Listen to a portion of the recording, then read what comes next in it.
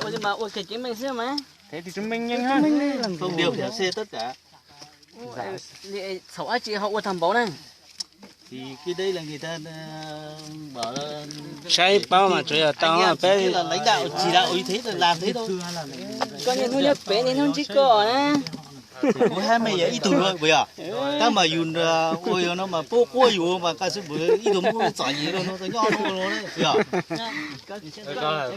bé của nhóc bé nó sẽ coi nên nó bỏ bé nhóc bé chỉ cúi thật tao ta hả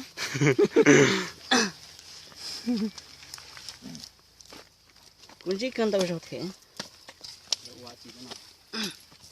mua là tôi cho mua chỉ là sông bên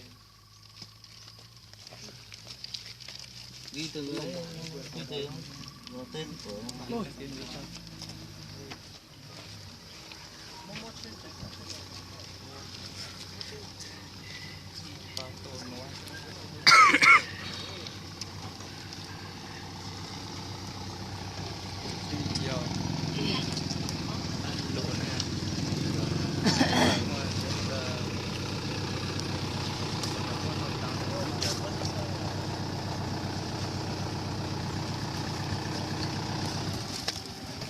anh em từ từ nhá, chưa động lấy vội nhá.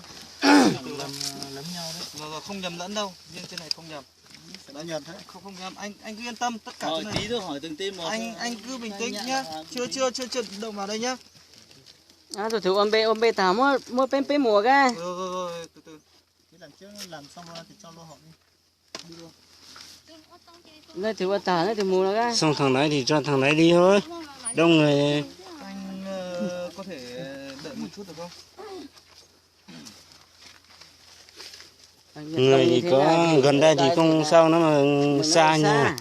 xa thì người ta cũng vội thì tới thì không đi không đến nhà thì làm sao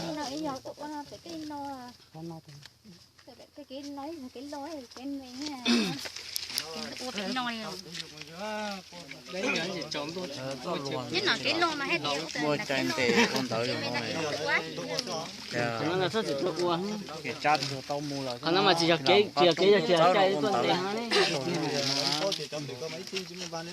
con này nó mà hai trời luôn nó mà nó cái trời con đây vừa phải cái mấy cái này đây là cái lon đây là cái xanh nhựa mà nó là bé chữ hai thế mà nhận nó mà cái mê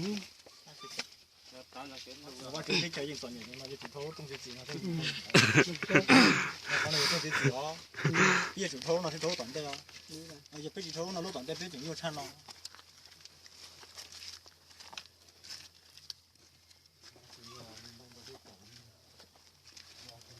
Đấy ký xong rồi để lại cho anh. Bên đâu em? đây là cái túi mà cái xong rồi trả lại cho tao. Đây, bắt đầu xong rồi đi đây. Chưa đâu. Chỗ này anh cứ bình tĩnh. Anh cứ để yên, cán bộ khác chuyển cho em nói anh đấy nhá. Vì nó sang làm xong thì nó Anh Sùng A Công đó nhỉ?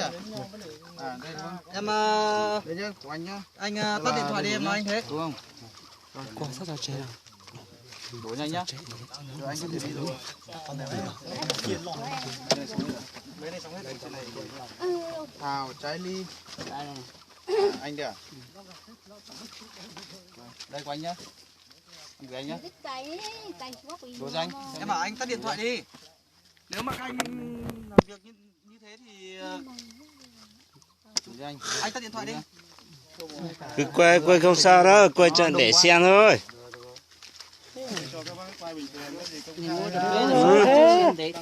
Sùng A Chư đâu nhỉ? Đây Anh đây đúng không? đúng rồi. Ai đến lúc gì đâu anh? Đấy nhá anh nhá. Của anh nhá. Vâng. Đúng không? Anh xem lại của anh đi. Đúng. Thì sao không? Chính xác rồi. Xong anh nhá. Vâng. đi nhớ quay lo tụi cái ăn rồi nó bây giờ đi giờ luôn quay lo tụi cái ăn Thảo ăn mảnh.